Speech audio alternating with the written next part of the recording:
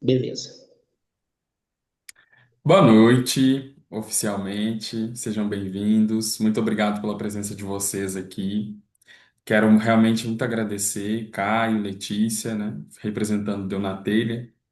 E gostaria que para a gente começar essa conversa, só deixar claro que essa pesquisa faz parte do meu processo de pesquisa em mestrado no programa de pós-graduação em artes cênicas da Universidade Federal de Uberlândia. E a ideia é, nesse momento, catalogar e conversar sobre grupos de teatro no interior de Minas, né? No caso, vocês em Araxá.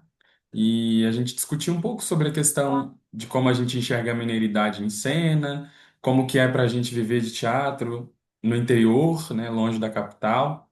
É isso. Tem algumas perguntas para conduzir nossa conversa, mas para a gente iniciar, gostaria mesmo que vocês se apresentassem, falassem um pouco sobre vocês, a trajetória de vocês e como que vocês chegam, né, na concepção do Deu na Telha.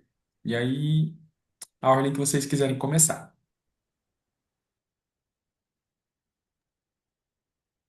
Acho que eu Deixa o Caio vou. começar, ele é muito experiente nessas coisas. Ah, meu Deus, pronto.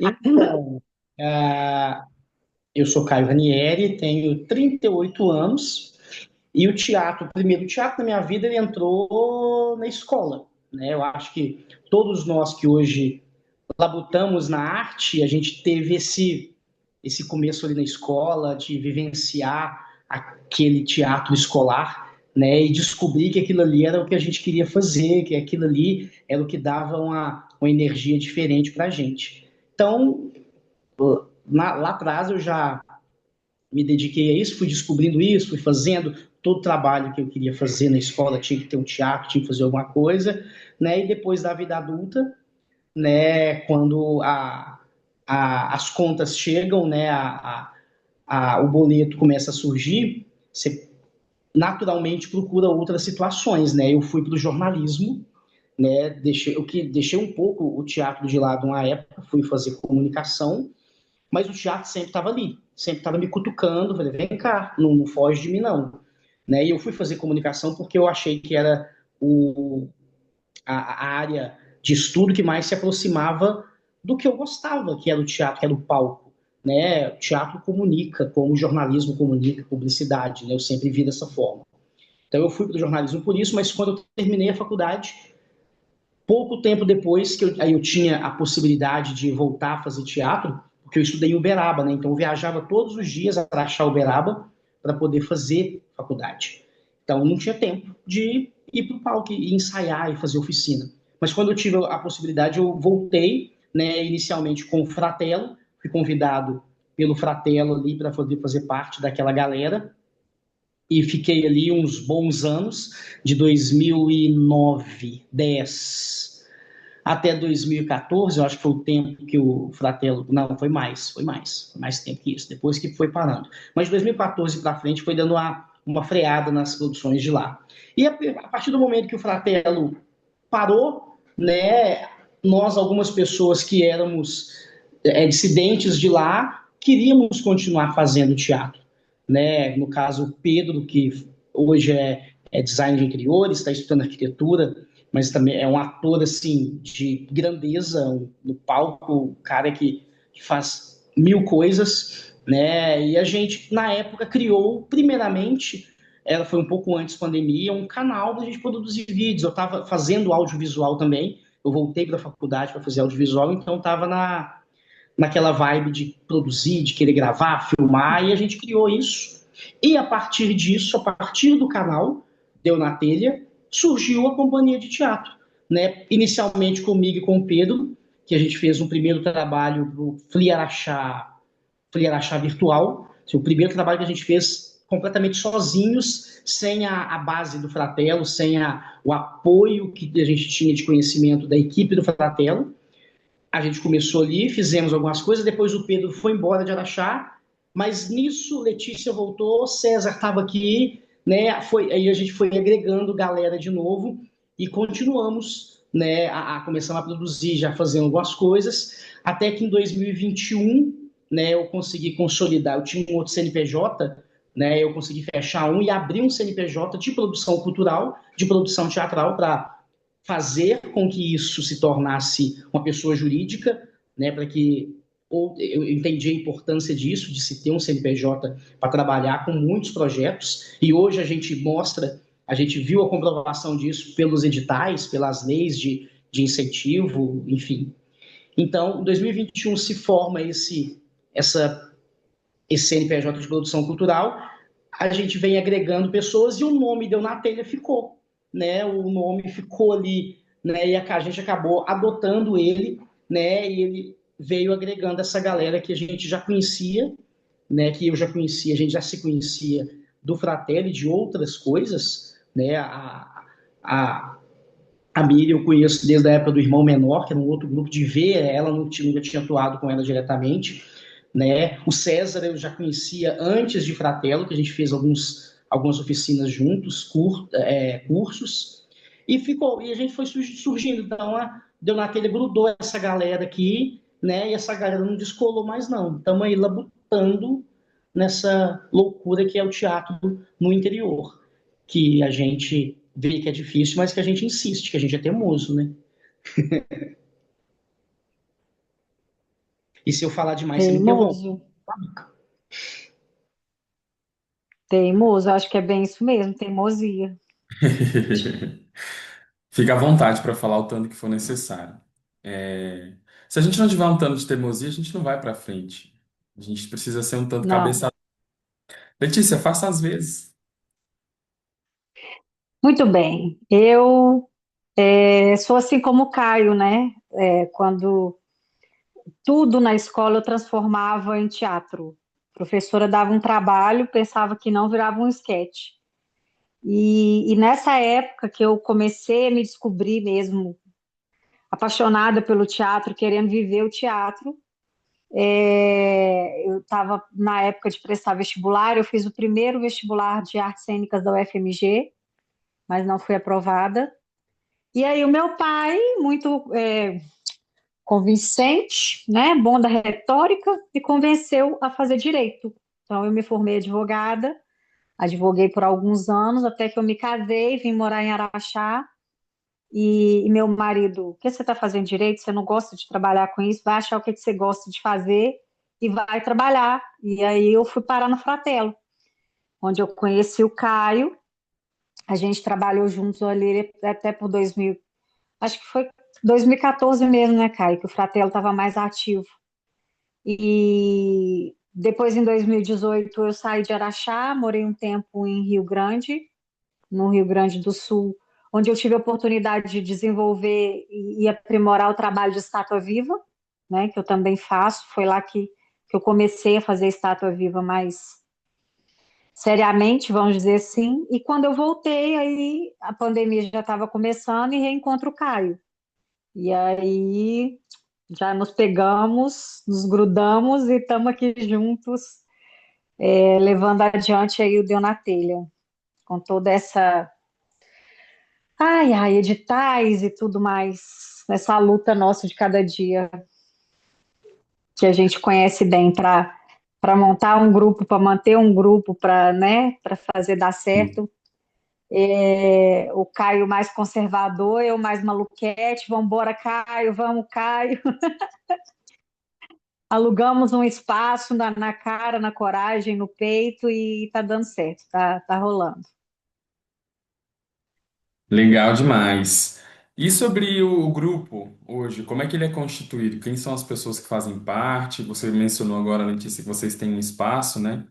Como é que funciona? O que que vocês fazem nesse espaço? Como é que é a rotina do grupo hoje? Se vocês têm reuniões semanais ou se reúnem por demanda de trabalho? Como é que funciona isso?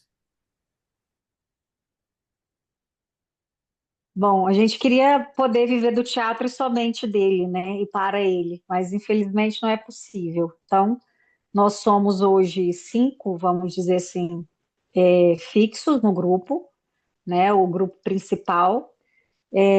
Mas cada um tem suas atividades, o seu trabalho, e essa rotina de encontros ela é um pouquinho complicada. Mas quando surge uma demanda mesmo, que a gente cria essa coisa de vamos pegar e vamos fazer. A gente tem a Pri, que ela é uma musicista maravilhosa, uma cantora ímpar, muito, muito maravilhosa ela. A Miriam, que cuida das maquiagens artísticas, adereços e figurinos, que ela também maravilhosa. O Caio, que dispensa apresentações. O Carlos Vinícius, que cuida de mídias, né, trabalha com mídias digitais. E eu. Então, a gente se encontra e cada um com suas habilidades, a gente acaba fazendo um trabalho muito bom, muito legal.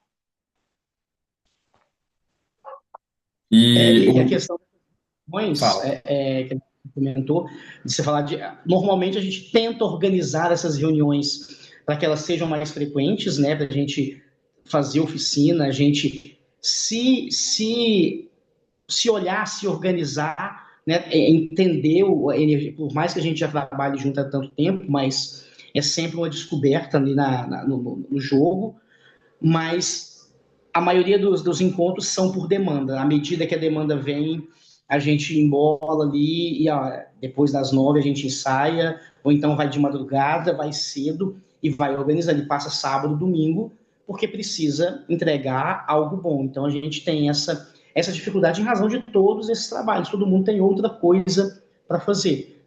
Tá indo, não do jeito que eu acho que a Letícia compartilha do pensamento, do jeito que a gente queria, né? Porque a gente queria ter mais possibilidade disso, mas lá vai indo e surgindo coisas muito legais no decorrer e dessa loucura e dessas dificuldades que a gente tem também, né?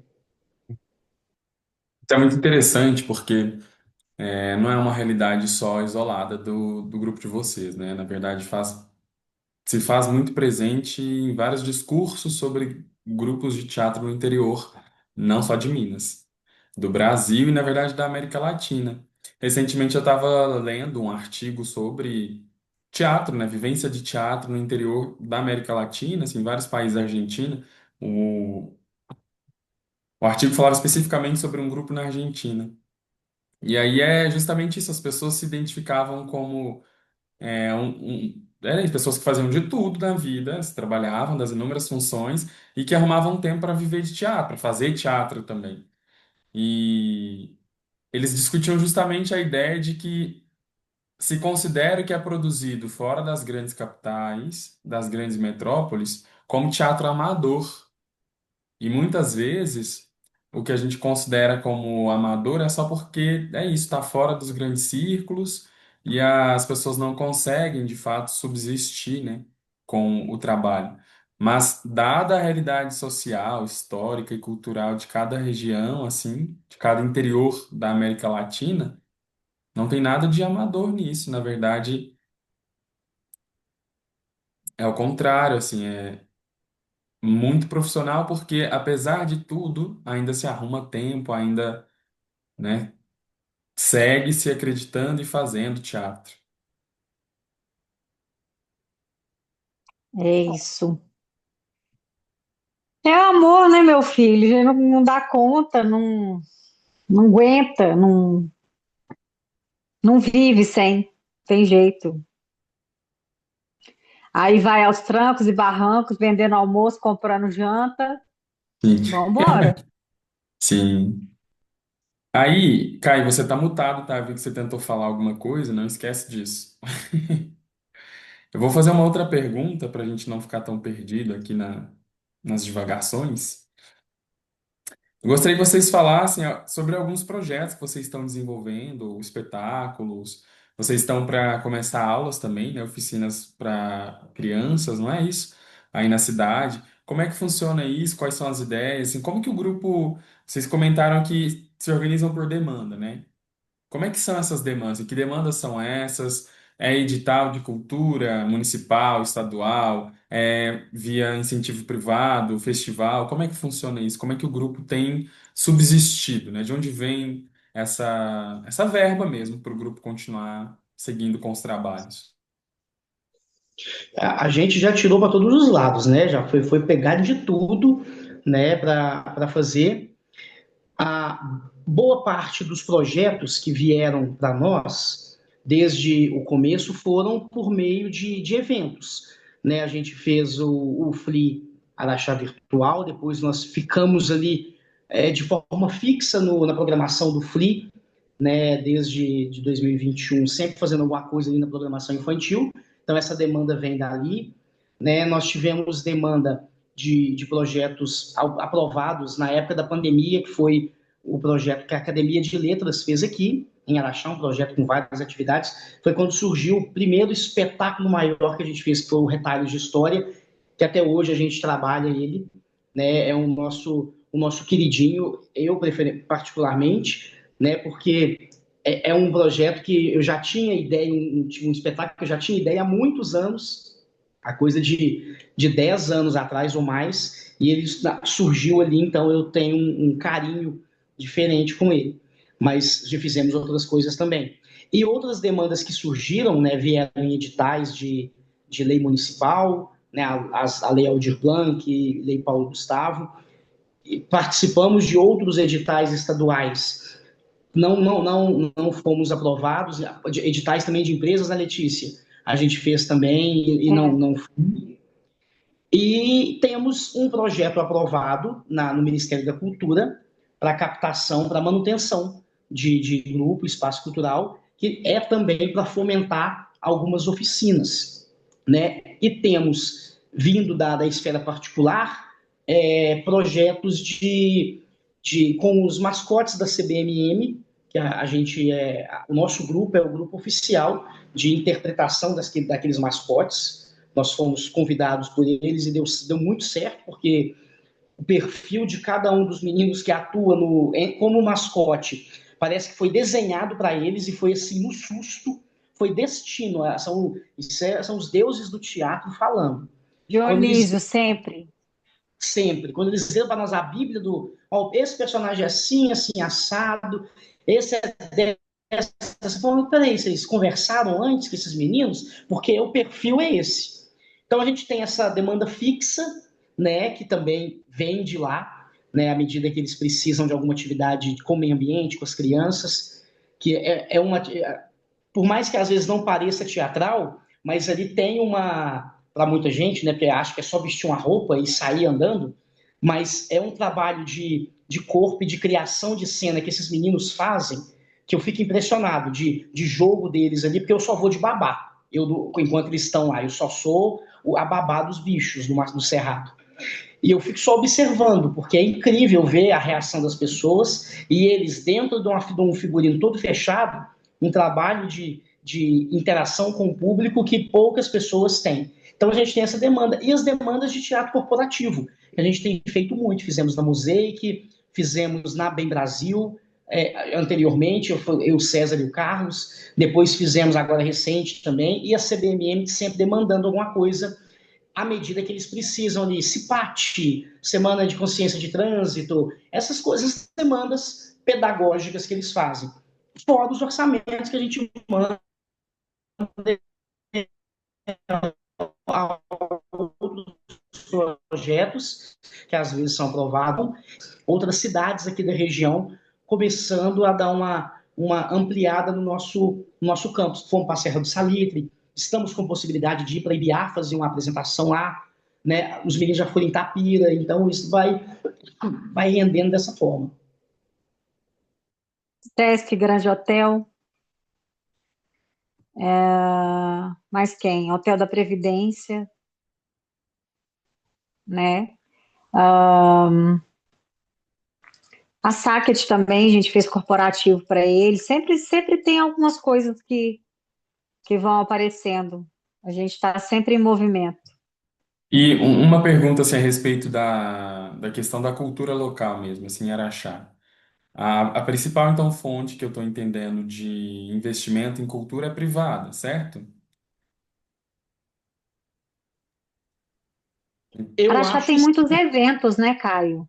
é um privado que se torna público, né, quando vai para o evento, porque é isenção fiscal, mas a maioria, né, do que a gente faz é evento mesmo. Evento a gente faz muito, né, desde o FLI, Grande Arraiá, a gente fazia Páscoa Iluminada, né, fizemos também.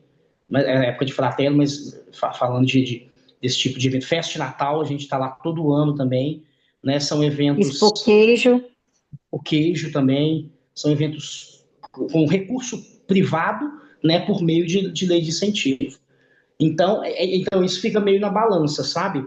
Mas fica meio na balança ali, porque à medida que tem esses eventos, tem também esse chamado das empresas, mas ali dentro das empresas do corporativo é muito específico para as campanhas que eles precisam, né? Às vezes eles passam um ano sem fazer, porque não tem investimento, não querem gastar com aquilo, né? Acha que aquilo não vai resolver, e de repente todas elas querem uma coisa tudo na mesma semana.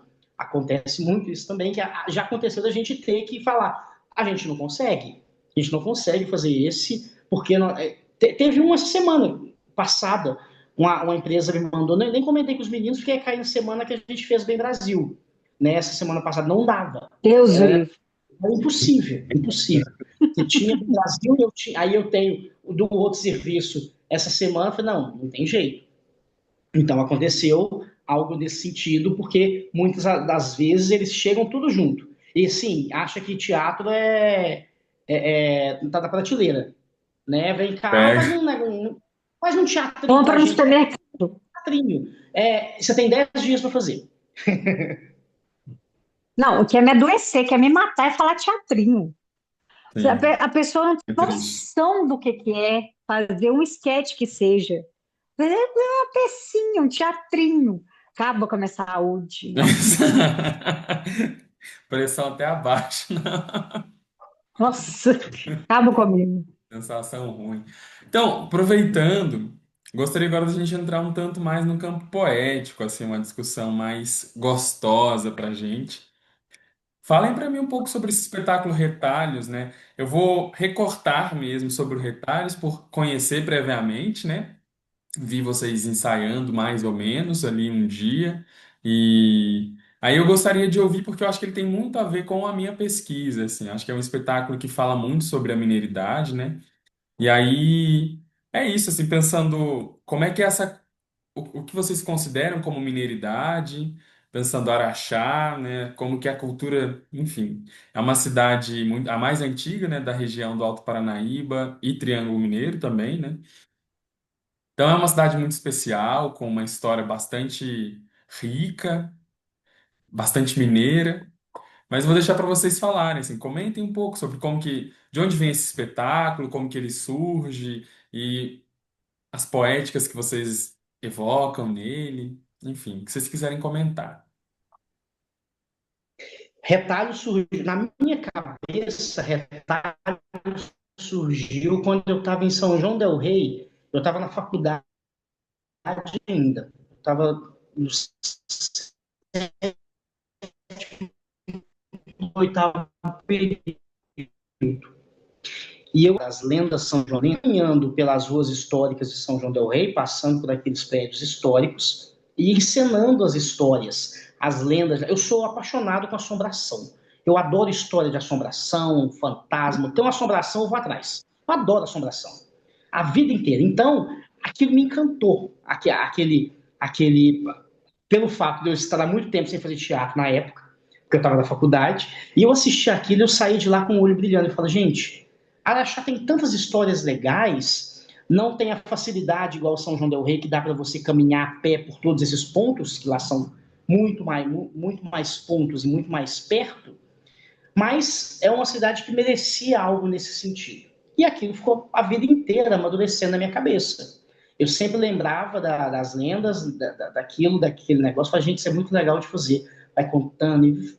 E veio a Academia de Letras 10 anos depois, 12 anos depois, e pediu. Eles só me falaram: ó, a gente tem um projeto aprovado na lei Aldir, acho que era Aldir Blanc, estadual. Nós precisamos de um espetáculo de teatro. Tenho R$ 10.000. Você consegue fazer? Eu falei: consigo. Nunca tinha feito um espetáculo sozinho. Que aí o Pedro não estava também. Nunca tinha feito sozinho, nada. Eu consigo. Pode deixar. Quando eu falei, agora eu acho que é o momento de eu colocar em prática, tirar da minha cabeça e passar para o papel aquela ideia que eu tive, aquela inspiração lá de São João del Rei, que eu estou guardando ela aqui na minha caixinha. E a partir disso aí eu sentei, pensei nas lendas de Araxá, que eu conhecia da infância, né? Quando a gente fez a primeira temporada de Retalhos, a gente tinha 3 lendas: a lenda de São Domingos, a lenda da Filomena e a noiva do Hotel Rádio.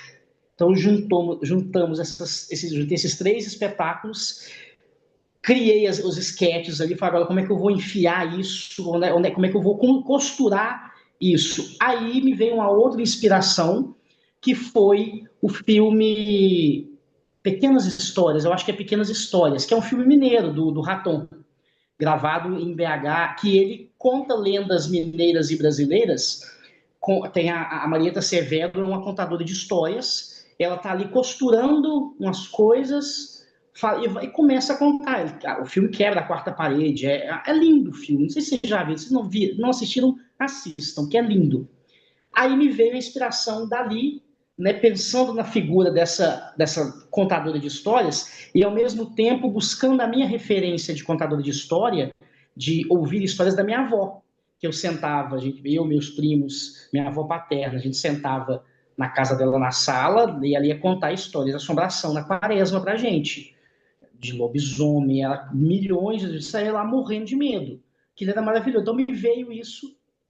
Aí, disso aí, eu fui costurando, minha cabeça foi rendendo e surgiu o espetáculo, surgiu o texto ali de Retalhos, que aí vem essa pegada, por a gente estar em Araxá e por eu querer fazer algo que remetesse a um projeto da Academia de Letras, né? Para a Academia de Letras, eu preciso buscar algo que faça referência a uma Academia de Letras, à literatura. Então, contar histórias, falar do quanto as histórias que a gente ouve, que não estão nos livros, precisam ser guardadas. Né? Aí remeteu ainda ao meu TCC de jornalismo, que foi sobre a oralidade, as histórias passadas oralmente de família, de pai, de avós, enfim, aquilo que a oralidade nos dá. E nisso tudo eu fui amarrando, buscando referências musicais, que eu também sou músico, então eu fui buscando isso para poder construir esse espetáculo com essa carga mineira, com essa carga do nosso sotaque, do nosso ai, do nosso jeitinho de falar, que eu acho que é um negócio que encanta, né? Eu sou apaixonado por Minas, sou apaixonado por Araxá, então eu quis levar um pouco dessa paixão que eu sinto para o palco, para as pessoas que poderiam nos assistir e que pudessem conhecer e às vezes ver com esse mesmo olhar que eu vejo de riqueza cultural que a gente tem aqui. Foi aí que nasceu o Retalhos e ele vem se retalhando ao longo do tempo, né, e agregando outras costuras ali dentro dessas histórias, dessas lendas que a gente tem, que a gente conta, para fazer uma forma de registro mesmo, ó. Essas histórias estão registradas. O que era oral virou registro. Isso tem a possibilidade de se perpetuar. Ó, que sucesso! Precisa falar mais nada. Ô, menino, para ser bonito. Ai, ai, Letícia, eu venho de uma cidade pequena, né? Bem interiorzão mesmo, bem petitinha. E tem uma coisa dessa mineiridade, né? Que quando a gente estava construindo, montando o esquete de São Domingos, a gente tinha uma procissão para fazer. E eu falei, gente, a procissão eu tenho umas tias que são carpideiras, assim, são essas que vão na frente da procissão puxando a reza, e reza no velório, reza nos casamentos, qualquer lugar que elas vão, elas rezam. E aí, na hora de fazer a procissão, eu comecei a cantar como essas tias, né? Ave, ave, aquele canto anasalado que toda procissão tem, né? Anasalado e meio desafinado, e é um desafio coletivo, né? Que acaba formando uma melodia muito própria, muito característica da procissão. E a gente conseguiu trazer isso. Então, essa coisa da mineiridade tá em todos nós, né? Facinho, facinho, corre na veia. E é o trem mais charmoso do mundo, né? Convenhamos. Não é? Trem lindo que é. Aqui, deixa eu perguntar, vocês têm registros, Hum, fotos desse espetáculo? Tem registro tem um bocado de de trem. fotos, vídeos, se você precisar. Ah, massa. O texto. Tem também, tem, eu te passo o Ah, texto aí. não é isso, eu fiquei pensando que seria legal deixar isso anexado também, né? Porque aí, quando eu for falar sobre o Retalhos em si, né, baseado nessa conversa que a gente teve, aí colocar a imagem para o pessoal que for vendo e tendo mesmo uma visualidade sobre. E eu pensei em deixar no final do trabalho um apêndice com a dramaturgia, né, que é uma dramaturgia Uhum. também concebida no interior de Minas, que fala sobre lendas locais. Legal demais. Então, quando for possível, é, eu gostaria de fazer uma pergunta para a gente ir encaminhando para o final da nossa entrevista. Deixa eu só falar um negócio aqui rapidinho.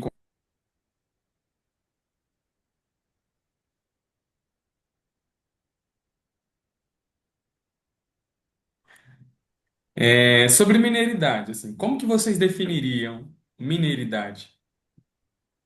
O que é ser mineiro para cada um de vocês? Trem bom demais da conta, uai. É esquisito a gente falar, é estranho a gente tentar definir isso, porque eu fico pensando que esse negócio de mineridade, né, essa característica que a gente tem, e que quando a gente fala que é de Minas, para qualquer lugar que a gente vai, o povo fica doido, né, e fala, e acha que a gente passa pão de queijo e queijo, mas ao mesmo tempo, e ao mesmo tempo, o ser mineiro carrega carrega uma leveza de viver, de ver as coisas que outras culturas, outros estados não têm.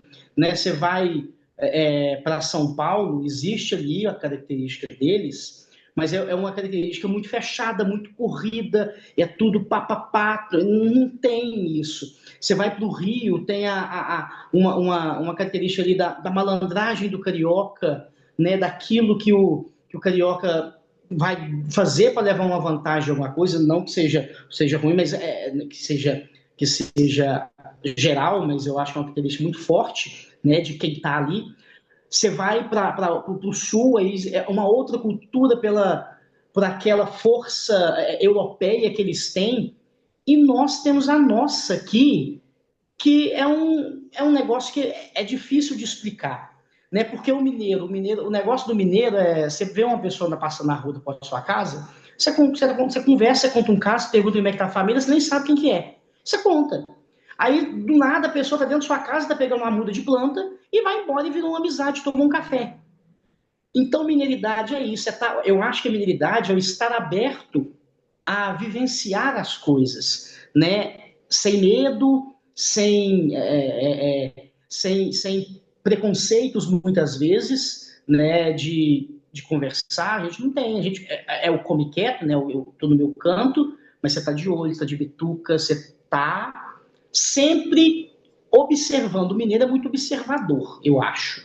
Então, mineiridade tem a ver com essa observação, com esse charmezinho de deixa eu de boa aqui, deixa eu sossegado, mas daqui a pouco eu entro nesse assunto.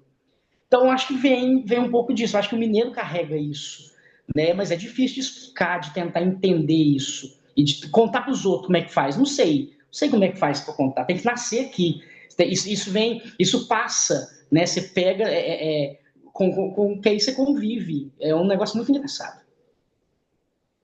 Eu tenho para mim que essa coisa do acolhimento, do aconchego do mineiro pode ter a ver muito com a nossa posição geográfica também, que fica ali abraçando todo mundo, que tem um pedacinho de divisa com vários estados e um não passa para o outro sem passar pela gente, ninguém sobe, ninguém desce sem passar por aqui, é um negócio assim.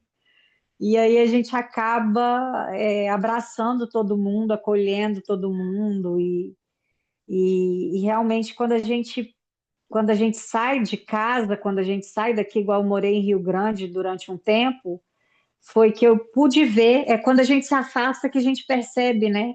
Como a gente é acolhedor, essa coisa, você nunca viu a pessoa na fila do banco, já trocou o telefone, né, a muda de planta que não escapa, o cafezinho e compartilhar, né, a gastronomia também, que é maravilhosa, que é um trem de falava com aquele povo lá do sul, falei, vocês não comem pão de queijo, velho, vocês não sabem o que que é o pão de queijo. E o dia que eu voltei para lá de férias, que eu levei um queijo canastra, eu falei, senta aqui, vem aqui comer um queijo que vocês vão ver o que que é. E aí eles piraram, né, nesse queijo, porque, que isso, que queijo é esse? Eu falei, Minas Gerais que chama, dá licença. É. Então, quando a gente está fora que a gente vê o tanto que é incrível, assim, tudo que a gente tem aqui, né? E a outra coisa da mineridade é isso, é o falar com orgulho de onde a gente é. É carregar com orgulho essa cultura. A gente fala rapidinho mesmo, a gente gosta de queijo, é desse jeito que a gente vive. Então, e a gente fala com orgulho, a gente não tem vergonha de falar isso. Né? Por mais que em determinados momentos você está numa posição, num lugar, numa situação que te obrigue a falar de uma forma diferente e tentar pronunciar todas as palavras, todas as sílabas, tem hora que não dá tempo. Tem hora que não dá, você quer rápido. Jeca, Isso, mas é joia, filho. e a gente tem orgulho disso. É isso que é mineiro. Mineridade é ter esse orgulho de saber que a gente é assim e é assim, não tem. E falar que a nossa culinária é melhor também tem que falar sempre, porque é o único Dá país. licença. Minas Gerais é um país com a sua culinária.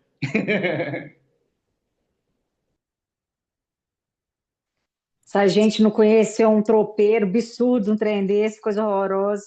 Né? Como Não é que sabia que vive? comer um queijo na baia. Oh, minha Nossa Senhora. Pagar 35 conto no quilo do quiabo. Fala comigo. Mais rico que a picanha. Ô, gente, ô tempinho difícil, viu? Brabo. Foi fácil não morar lá naquele Rio Grande. É interessante, né, que definir Minas realmente não é fácil, assim, é uma tarefa bastante árdua e talvez eu acho que não tenha mesmo uma definição, né? Eu, durante as minhas escritas e reflexões sobre como que eu definiria, porque basicamente a minha conversa no mestrado é definir o que é mineiridade. E aí, depois disso, eu vou discutir como que as pessoas pensam poéticas, cênicas, sobre mineiridade. Então, eu preciso entender o que é isso. E aí, a única coisa que me chegou, que fez sentido, foi a poesia, né? A nossa literatura é muito vasta, né? A gente é muito humilde, para ser muito sincero, porque Minas é grande demais. Nós temos muitas coisas boas aqui dentro. E você não vê a gente por aí, né? Apesar disso, a gente é muito bairrista.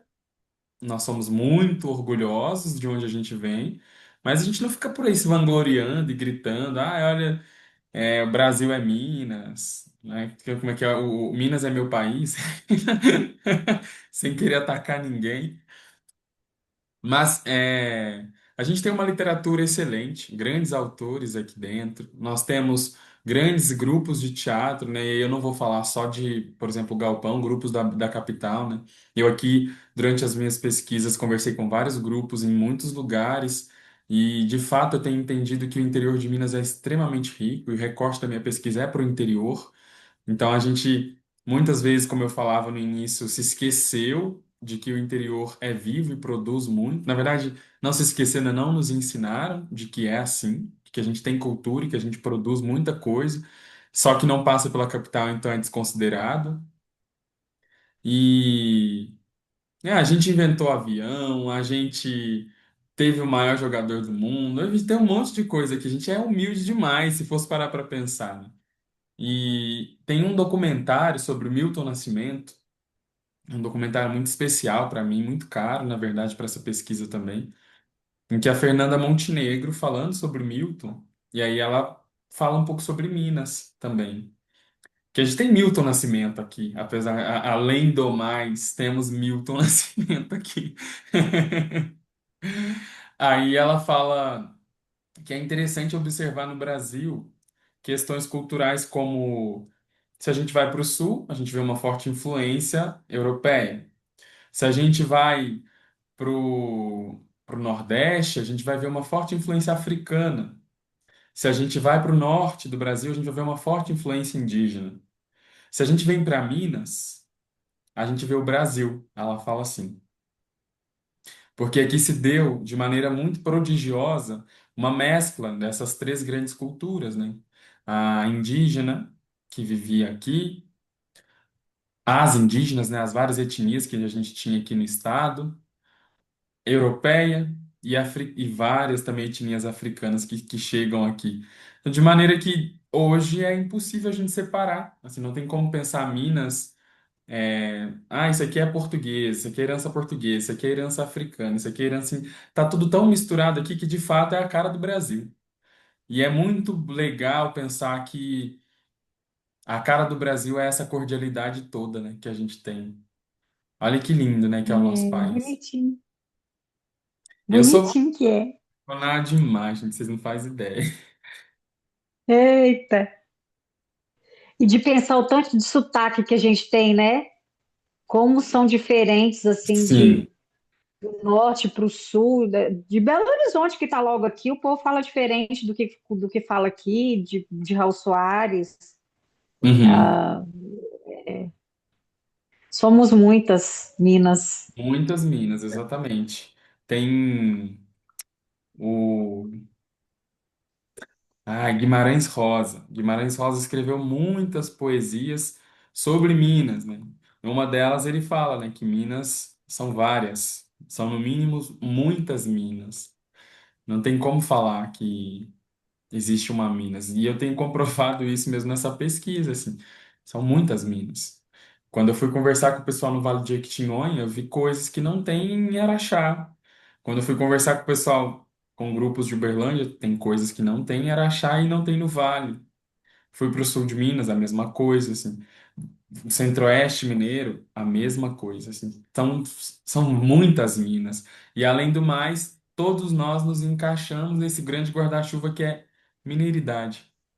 Apesar dessas grandes diferenças, a gente cabe nesse leque, né? Enfim, se vocês quiserem fazer considerações finais, fiquem à vontade.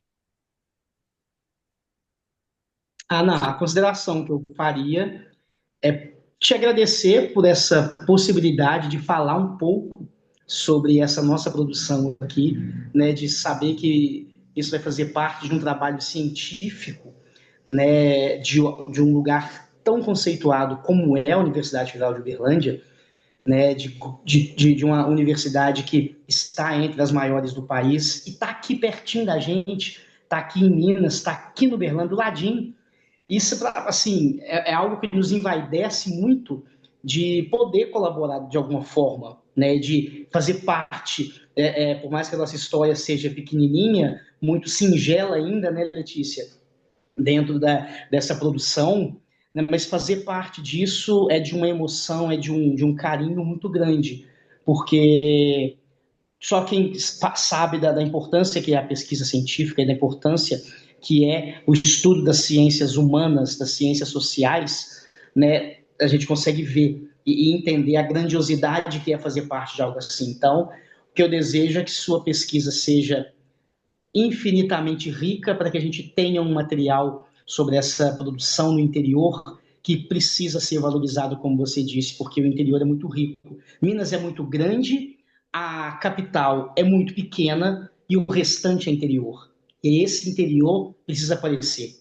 Né? A gente não pode viver só daquilo que está no eixo Rio-São Paulo ou no eixo Rio-São Paulo-BH. Não, a gente tem muito mais coisas tão boas quanto e muitas vezes até maiores, mais grandiosas, mais lindas do que em muitos lugares, porque ela carrega essa mineridade, ela carrega isso que a gente tem dentro aqui que não tem vergonha de mostrar para ninguém.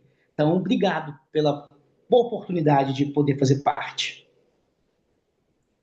Foi uma alegria, né, de participar, de colocar a nossa história aí no mapa dos grupos teatrais de Minas.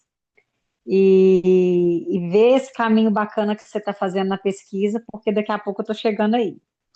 Me aguarde. Essa Gente, coisa de ter o Bermuda pertinho foi que me oportunizou, né? Tá vivendo agora o meu grande sonho de fazer o curso de teatro. Então, bora nós. agradeço a você. Obrigadão, valeu. Agradeço a vocês pela oportunidade, né, a gente conversar. Vocês sabem, Araxá para mim também é muito caro, é uma cidade muito cara, né? Comecei minha trajetória artística aí. Venho, não sou nascido em Araxá, mas a minha família antes de mim sim, e morei aí por muito tempo também. Então, Araxá para mim é o coração de tudo, né? É o meu coração. O trabalho começa falando de Araxá. Quando eu vou entrar na questão da discussão poética, eu tenho que começar citando a minha passagem por Araxá, porque é aí que eu começo. Então, agradeço vocês por estarem aí existindo, resistindo, vivendo de teatro, continuando com essa cultura, levando essa riqueza muito própria nossa, muito viva, potente, adiante. Muito sucesso para o Deu na Telha. Desejo que vocês realmente tenham longa vida e muitas produções que, de fato, alcancem lugares incríveis. Assim, tem realmente muito que agradecer a vocês. Oficializando, né? Isso vai estar na minha tese, na minha dissertação de mestrado, que vai se tornar pública.